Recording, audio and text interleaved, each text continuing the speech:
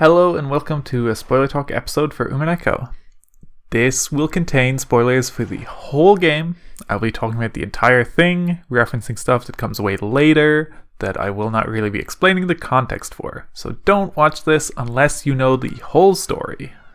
Content warning in general this episode for blood, murder, dead bodies. Blood in particular appearing on screen at times from the footage that will be shown. More specific content warnings that will come up include child abuse and sexual abuse.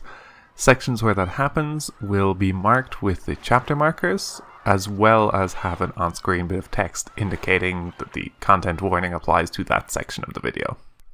And this is covering parts 14 and 15 of my Let's Play, which is basically right up through Eva and Hideyoshi dying, as well as Kanon and Kinzo dying. Well, Kanon is dying. We'll talk about that. And as before, I'm going to put whodunit, mystery, puzzling out aspects at the back half of the video. I felt a lot more of those this time because there were several more murders to talk about. First, talking about theme stuff. At the very beginning, Battler talks about his approach of finding the truth to be, you fire a bunch of arrows. One of them will eventually stick. Specifically, he talks about attacking with a wall of truth. And this is very interesting to me, and I think this feels somewhat connected to the way he lied to Maria, which is that his truth doesn't have a basis in objective reality. I did say that before, but his framework is facts and logic. And commonly, at least in the modern world, those are thought of as truth. Those are thought of as reality and objective. But they're not. They're just descriptions. They're a framework for interpreting things. They're a means by which you can interpret information and deduce things. But that's not the same as being truth. People can use statistics to state facts that could be deeply misleading and not really accurate representations of things, but they're using facts, logic, statistics. They're using things that feel like objective, impartial truths. And so that's kind of how Battler is operating here, especially as we get him directly engaging with Beatrice next episode. We'll kind of see the ways he treats this like a weird debate club thing, or like a ridiculous courtroom where he's only interested in using loopholes to get around things. But he doesn't actually believe that Kinzo hid in the room when he's arguing that that's what happened to get Natsuhi off. But it makes logical sense to say that that is a possibility that disproves the assertion that Natsuhi is a culprit. And that is the thing he ultimately cares about. He cares about proving her innocence, or at least disproving her guilt. And that is what he does, and he uses the framework of logic even with a ridiculous premise that is theoretically feasible and is airtight logically in that there's no evidence to contradict what he said. But at the end of the day, nothing he said is any closer to the truth than the idea that a witch magicked him away.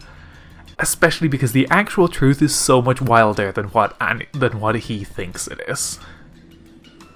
And this is interesting as well with the way Eva's deduction plays out. Eva spins a yarn about Natsuhi, and Natsuhi's response... And Natsuhi has a line where she says detective novels are just entertainment novels. They're distinct from reality. They're manufactured stories that people have invented that use some trappings of reality, but are not true stories, mostly speaking. And in the same way, Eva has a factual flavor of her deduction, but she is basing it on fiction because she makes assertions about people disguise the time of death by messing with the body. Eva's not a policewoman. She's not a forensic scientist. She doesn't know that. She's read it in stories or watched it in TV shows. She has experienced the premise and the trope, But that doesn't mean she actually knows anything about the reality of investigating crimes. And that's not to say that there is no bearing on reality in that. I'm also not a forensic scientist, so I can't tell you. But the point is that Eva is extrapolating from fiction to draw conclusions about reality. And the thing about it is that they are compelling deductions, because all she needs is to convince people. She does not need to actually prove it. This isn't a math theorem. She just needs to give compelling arguments such that basically everyone around her agrees. But because Battler is stubborn, he contradicts her and then finds a way to upend her theory at all and turn the tide of just general opinion against her. The line, however, is a little bit ironic when we're going to get to more of this later, but I do believe that episodes 1 and 2 are fictions written by Beatrice. Maybe Maria, but I think Beatrice. So they are literally detective fiction stories of what theoretically could have happened on the island. Which would mean that Eva's logic matches the reality they currently exist in. Because of course, regardless of the in-universe thing, we are reading a detective story. So Eva's deductions align with the expectations of what we're reading. And even better, Eva is also right. Natsuhi has hidden away Kinzo's body and is doing her best to disguise the actual time of his death. Not just time, but year. And in later episodes, we'll definitely see how Eva has suspicions of this. In this episode, she presumably knows similar information, but it is not really addressed. She just seems to be slightly suspicious around Kinzo in general, which you kind of would be. I enjoy the dynamic Eva and Hideyoshi here use, where there's kind of a good cop, bad cop routine going on, where Eva is being her usual self, being incredibly spiky, being very aggressive, and basically doing all the lashing out and insisting that Natsuhi is the culprit. Whereas Hideyoshi is not disagreeing with her at any point, but massaging the story. He is doing the more gentle prodding of insisting that what Eva says only makes sense. Because he'll seem more reasonable when he says things to Natsuhi like, just where father was there. Please explain how you can be innocent, otherwise I can't help but doubt you. He is playing the part of being the oh, I'm not as over the top as Eva is, but Eva's making good points. We really do need to interrogate this. And later, Battler kind of points out that it is unfair to expect her to explain herself without Eva and Hideyoshi explaining how they're innocent. Which kind of goes to show the ways in which Hideyoshi projects a very soft image, but he is married to Eva. He does support her. And I think he also suspects Natsuhi in this instance. I think he is aligned with Eva in this case. And even when Eva and Hideyoshi are alone later, you can see that he regrets how hard she went, but he never says she was wrong to do it or that he disagrees with what she did, which to me implies, again, he still does support her. He wasn't compelled to in the moment. He ultimately agrees with her. He just thinks maybe her tactics were not sound because it didn't work out in the end. I also like the brief exchange where once Battler has undone Eva's accusation, Eva asks, "Don't you want to know too, Battler-kun, who the culprit is?" Which is an interesting question because Eva's not trying to push for truth, realistically. Eva has someone she wants to pin this on. Battler is the one who, slightly more so, is trying to dig for the truth, and he's not really succeeding, but it does seem more like a genuine attempt to engage with what truly happened.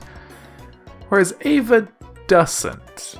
She wants a target. She wants someone who satisfies her desire, but she does not necessarily want to do the extra work of finding who truly was the culprit. Which is why she will quickly accept the idea that Natsuhi is a murderer without, kind of as Battler does, spinning the chessboard around and thinking from the opposite position.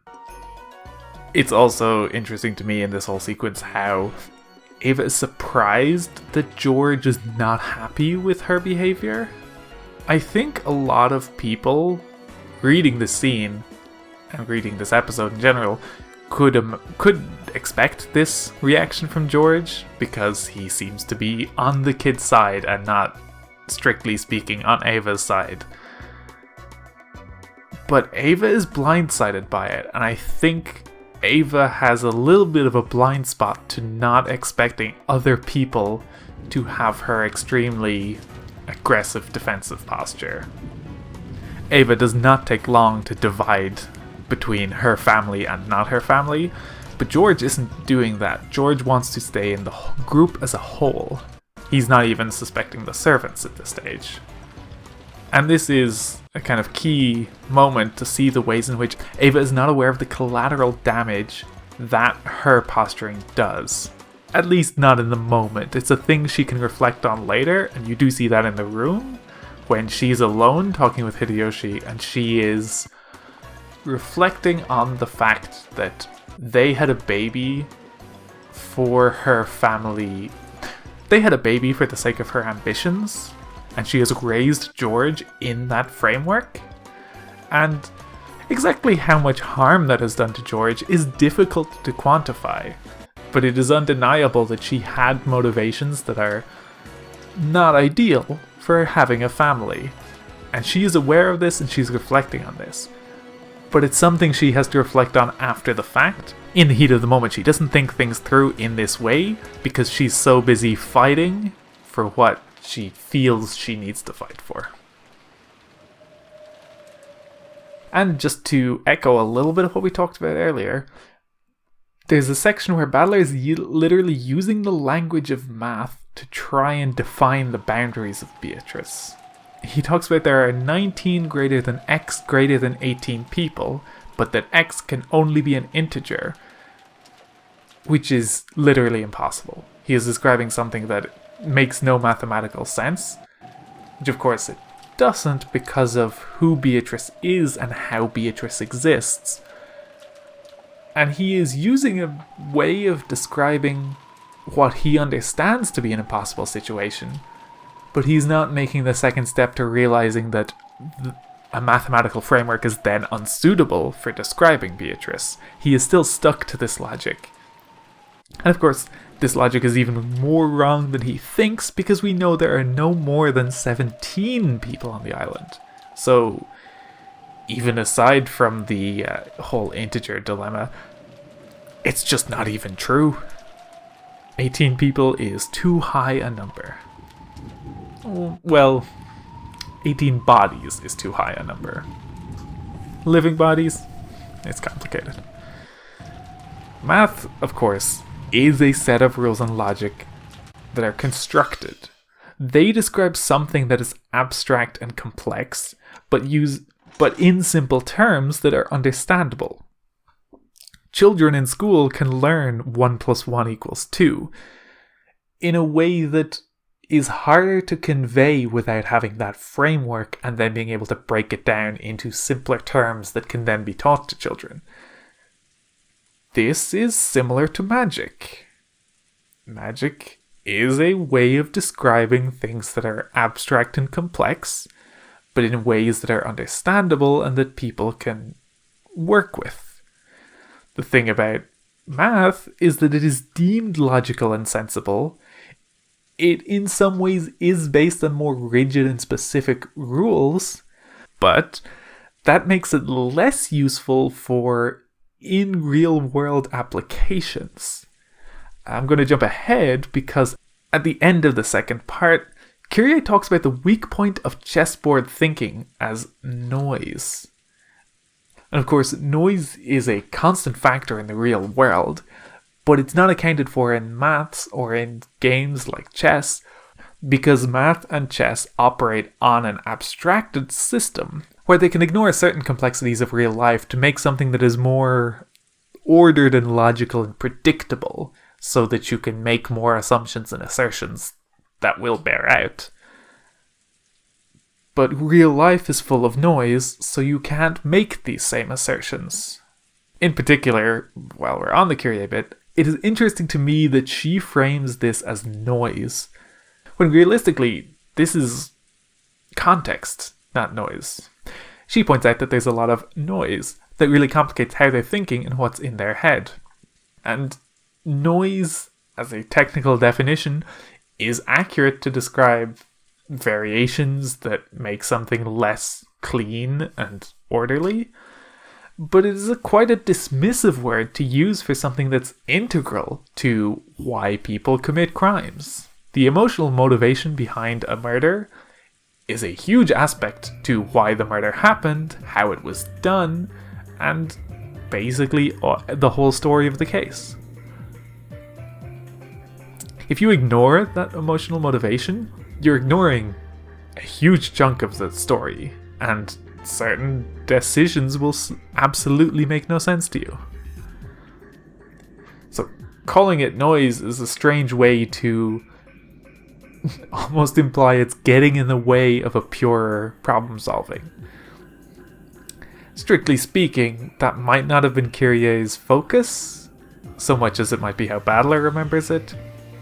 But given what we know of Kyrie from later episodes, I don't think it's entirely inaccurate to say she might also think of it as noise, even if she does a better job than Battler of understanding other people's context.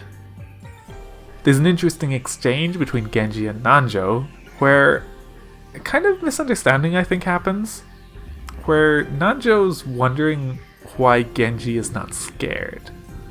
In the Whodunit section, I'll have some thoughts about how involved Nanjo may or may not be in the murders, but at least for now, I'm assuming he's mostly not, even if he maybe knows some things. He certainly knows Kinzo is dead, for one. But I think the misunderstanding here is more about the status of furniture and servants and humans. Genji says, "I have nothing to be afraid of, I simply work for the Ashuramiya family." Genji is saying that being afraid is above his station. He is furniture and he does not do things such as have emotions. He is just there to carry out the will of his master. Based on Nanjo's thoughts in this section, he seems to think Genji believes that he is below notice, that he is simply not a concern to the culprit. Which would be silly to think given that Shannon and Goda have already been killed. And I think what's happening here is that Genji, Shannon, and Kanon refer to themselves as furniture a lot. I don't think the people around them have quite picked up on what the implication of this is. Genji, Shannon, and Kanon refer to themselves as furniture in a way that means they are literally not human. They are subhuman and below human notice and below human endeavor. They're not supposed to have feelings, they're supposed to enact the will of their superior. Shannon and Kanon have learned this from Genji. I am curious if I'll have any better understanding of Genji over time, but he is a man who has devoted his life to serving this family. He became Kinzo's most trusted person in the world.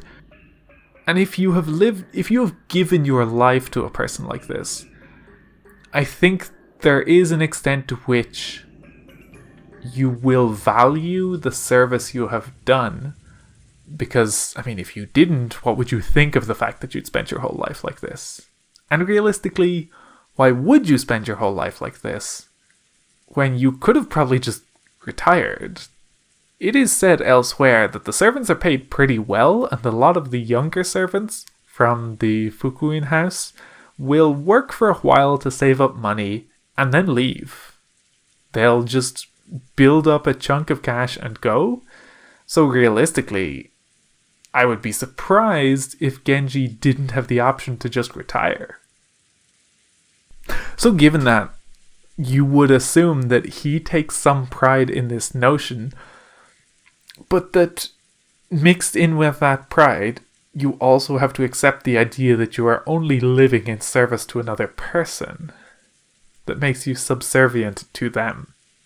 And this is a very complicated aspect to Genji's backstory in that he enabled Kinzo's abuse of his child, and then he harbored Kinzo's grandchild secretly and tried to take care of that grandchild, but also taught lessons about Shannon and Kanon being furniture.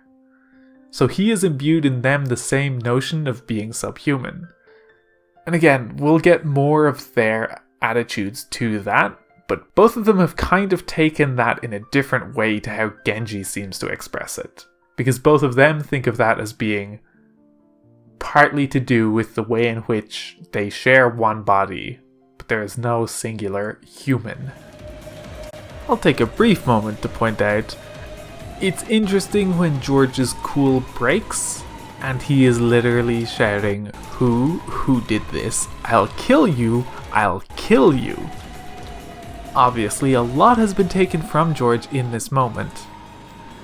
But I do wonder if part of what Beatrice is communicating in this situation is how much people are willing to become incredibly aggressive and retaliatory in response to a legitimately awful situation. And again, you have to think about the history of Beatrice and how awful a situation that is, and unthinkably awful. Being murdered is not a good thing. But also in this episode, Battler points out that in some ways being one of the survivors and seeing your family murdered around you could be worse, in that you have to live in the knowledge and the horror of the situation. In another way, you could think about someone who is held captive by their father for years and groomed by their father for years, and how awful a situation that is, and how long a situation like that runs. Beatrice is a 1,000-year-old witch, and 1,000 years is a ludicrously long time. It is meant to feel like an immensely long time, to emphasize perhaps a long span of time spent in a situation. Given George's reaction to having 3 people he loves killed, how unreasonable could one say it is for Beatrice to want to get revenge on the Ashuramiya family as a whole, how they've treated her. In particular, I will be interested when we get to certain scenes later where we will see Kinzo's grandchild being told the history of Beatrice and seeming particularly distraught. I'll be going through that scene with a pretty fine-toothed comb, I think.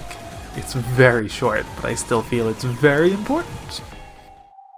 I also want to talk about this section where Battler is tapping, in quotation marks, Maria on the head in response to her in witch mode.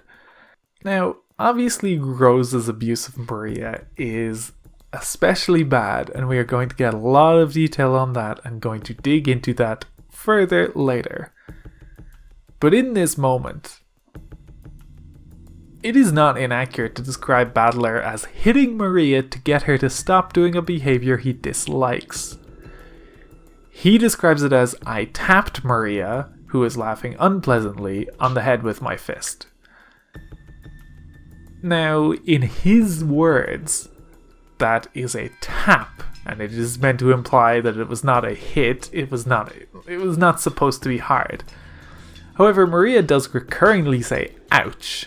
Not like, hey, or some other noise. She is saying ouch. And I don't think it's unreasonable to draw a comparison here, even if the scale is completely different. The fits of rage Rosa goes into are deeply damaging to Maria, but Battler is ultimately just hitting Maria and undermining what he is doing to her. And it is only because she is doing something unpleasant that he dislikes and he wants her to stop and doesn't know another way to make her stop besides hitting her. Which is interesting when actually later Natsuhi does a pretty good job of getting Maria to stop without having to be physical in the slightest, because she just says, stop that or you'll make me angry. And Maria's not used to that, so she actually just does. And that's still not listening to Maria, but it's a hell of a lot better than hitting her. So Kanon's showdown with Beatrice is really interesting. Based on some of Genji's lines later, and the circumstances of what's happening here, I actually read this situation as Kanon taking control, dashing into the boiler room, and thinking that he can destroy his own body in order to prevent Beatrice having access to that body.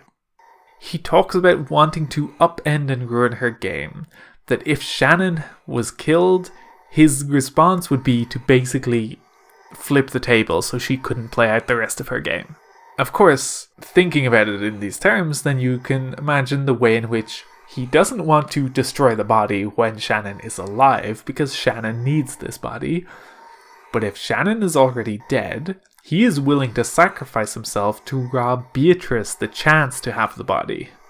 And so you can see how in this situation he is injuring himself with the axe in the hope of preventing Beatrice from being able to act. And again, especially next episode, we'll get a little bit more from Shannon, but Shannon and Kanon have different ideas about the game and the Golden Land. Kanon is a little bit more skeptical with his lot in life. He's a little bit more pessimistic, and he's resigned to the idea of being furniture and nothing more. He is shown to support Shannon in her attempts to be more, even if he thinks it is fruitless. He thinks it is ultimately not going to happen, but he will help her because he cares about her. But when it comes to himself, he doesn't buy the Golden Land. He doesn't think it's going to amount to anything. And so, obviously, without having to support Shannon's concept of the Golden Land, he doesn't care for the game at all and does his best to upend it. When they discovered the burnt corpse of Kinzo's six-toed body, I had a very interesting realization about the ways in which magic is misdirection, and that, like a magic act on a stage, it's often misdirection by drawing your attention to something to obfuscate the part that is a trick. I'll get into the perfect closed room later, but in this moment, the proof of Kinzo's identity is a question to distract you from the time of Kinzo's death. Kinzo has been burned in the furnace, and obviously one would question why. And the most obvious reason to burn a body is to try and disguise who it belongs to hide who the victim was. And yet, with Kinzo's body, because of a unique feature of his feet, you can still identify him quite easily. So, if you look at the surface level, you can look at the situation and go, so the culprit could have hidden the victim's identity, but actually didn't because of the victim is such a specific and unique person. However, if you dig a little deeper then, why would they burn the body at all? And the answer is, of course, because the body has been dead for a very long time, and if you do not burn that body, then the fact that he's been dead for over a year will be a little bit more obvious.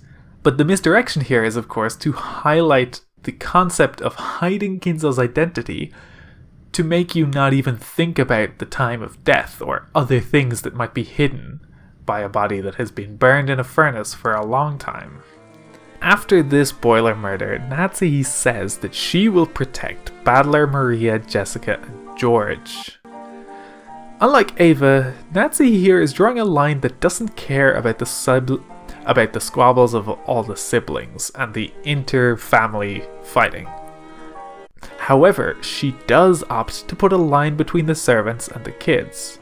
There's an extent to which she is quite rightfully suspicious of the servants who knew Kinzo was dead and could easily have moved his body around. And as well with a line she says later, protecting ourselves is a higher priority than finding the culprit. She is simply trying to gather the people that she cannot imagine being the culprit under her protection. She's trying to barricade herself into a safe situation and just ride things out, and she is being defensive and does not care about going on the offensive. Also, everyone's patience with Maria is starting to run out at this point. Maria tries to comfort Jessica by telling her she can meet Kanon again, because she knows that his body is fine and that him dying is not an irreversible act. People are going to be revived at the end of the game, of course. Maria knows this. But Jessica considers this an empty promise because, as far as she's aware, Kanon's body is dead and there is no reversing that. The others are still unable to see what Maria sees, and she is aware of this. She's aware of the fact that people will condescend to her, even if people think she is oblivious in her childishness. There's a specific moment where George too loses his temper with Maria, where Maria says, in what seems like a more kind of sincerely disappointed way, even if I tell you, you won't believe me anyway. Which George responds to with some aggression in, what do you mean by that?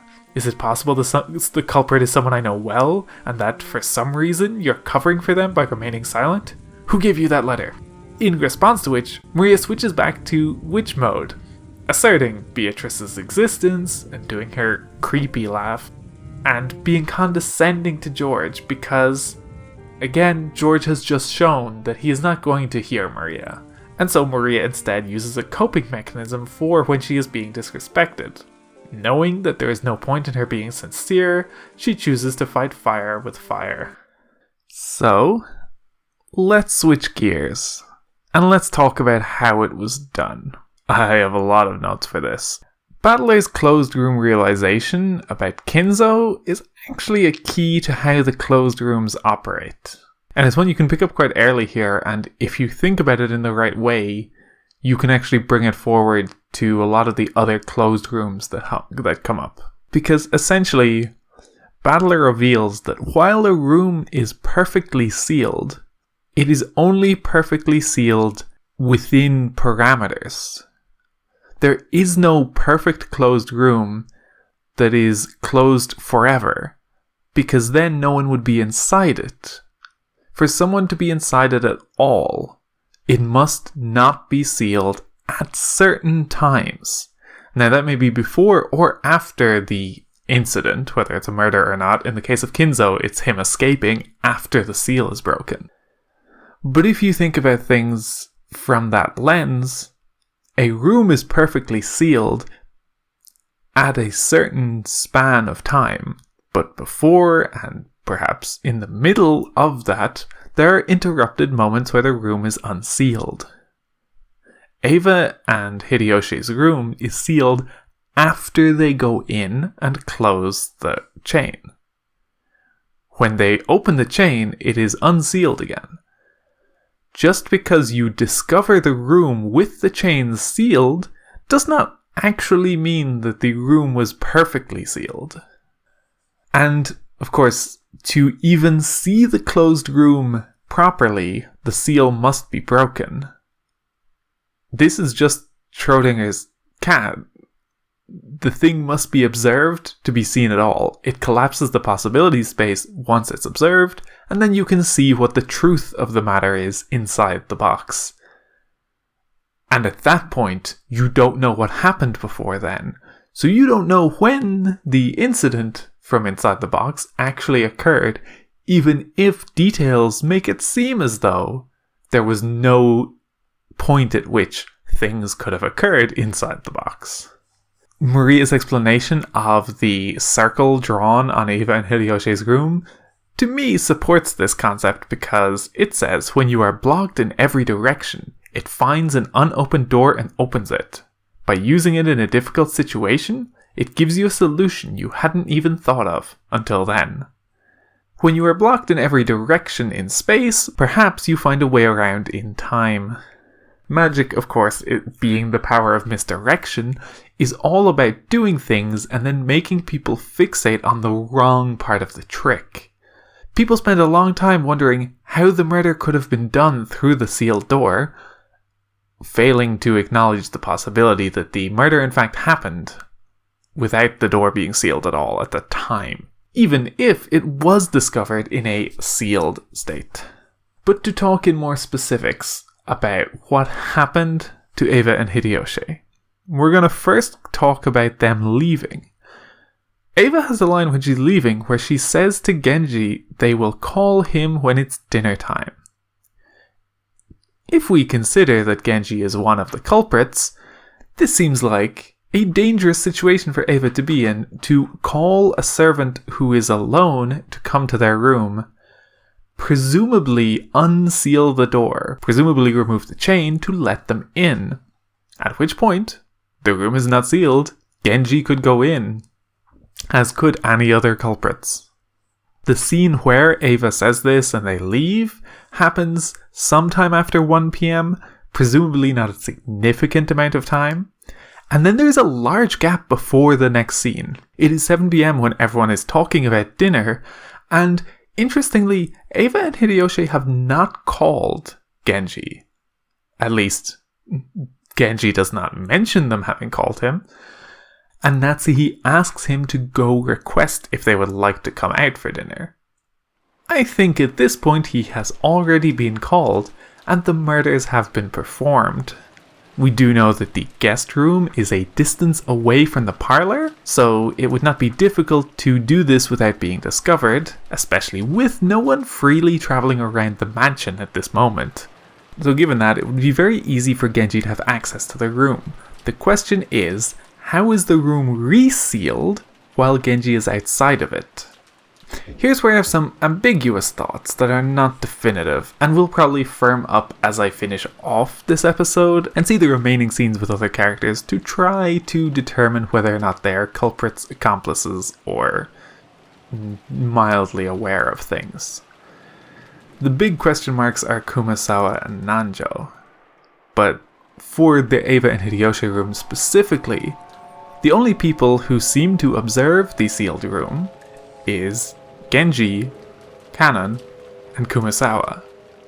Genji and Kanon are our prime culprit suspects, so they could just make it up. They could claim that the room was sealed. No one has any way to check or confirm that this is the case. No one's there to see these things. So with that, the only person who would be a check against them is Kumasawa. I am fairly confident Kumasawa has some idea of what is going on, both because she knows who Beatrice is, she knows the story of Beatrice in general. The scene in the kitchen from a few episodes back seems to indicate that she might have suspicions at the bare minimum, and scenes in this episode really underline that further. But we'll get to the boiler section. So the main question I would have that I don't have a definitive answer to is whether Kumasawa is strictly speaking involved or whether she is an accessory. Whether she is aiding them without necessarily being a culprit in and of herself. Backing up their story without necessarily actually doing any murders. There's an interesting line where when Genji and Kanon have seen the closed room and are worried about what might be inside, he sends Kanon to the kitchen and insists that he takes Kumasawa with him. Ostensibly this is for protection, to avoid Kanon being alone and being targeted by the culprit. But given that we do know who the culprit is, this seems like it may be more manufacturing an alibi, or providing more of a cover.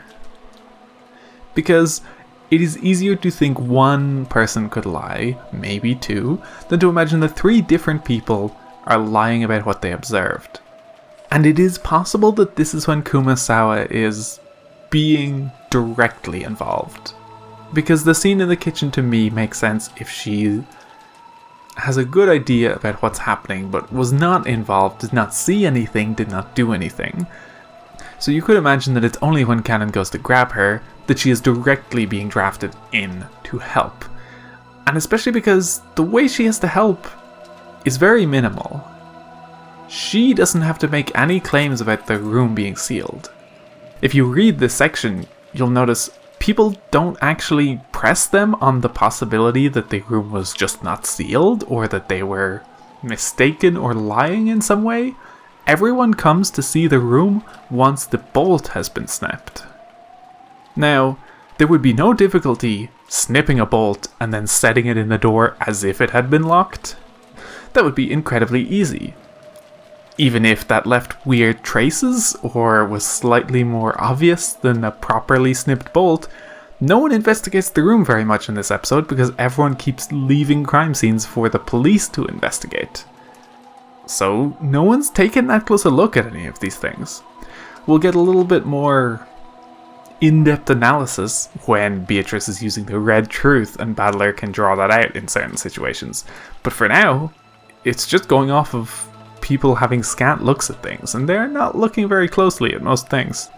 Everyone is too upset about the situation to go into maybe Erica-style investigation mode of checking whether the chain could realistically be cut like that from the doorway, or anything like that that could reveal how it was snipped. One thing that is key to how this closed room is set up is the staging too. Hideyoshi is specifically put into the bathroom so that it is clear that one could not have seen him from the doorway. But there's a very conspicuous line. In the bathtub, a small jar of body soap had fallen with its cap off. It really looked like he had been attacked while taking a shower. It certainly looked like that. I would be willing to bet that that is not where he was killed, that this is a staged situation to underscore the magic involved, to give Battler what he has literally asked for.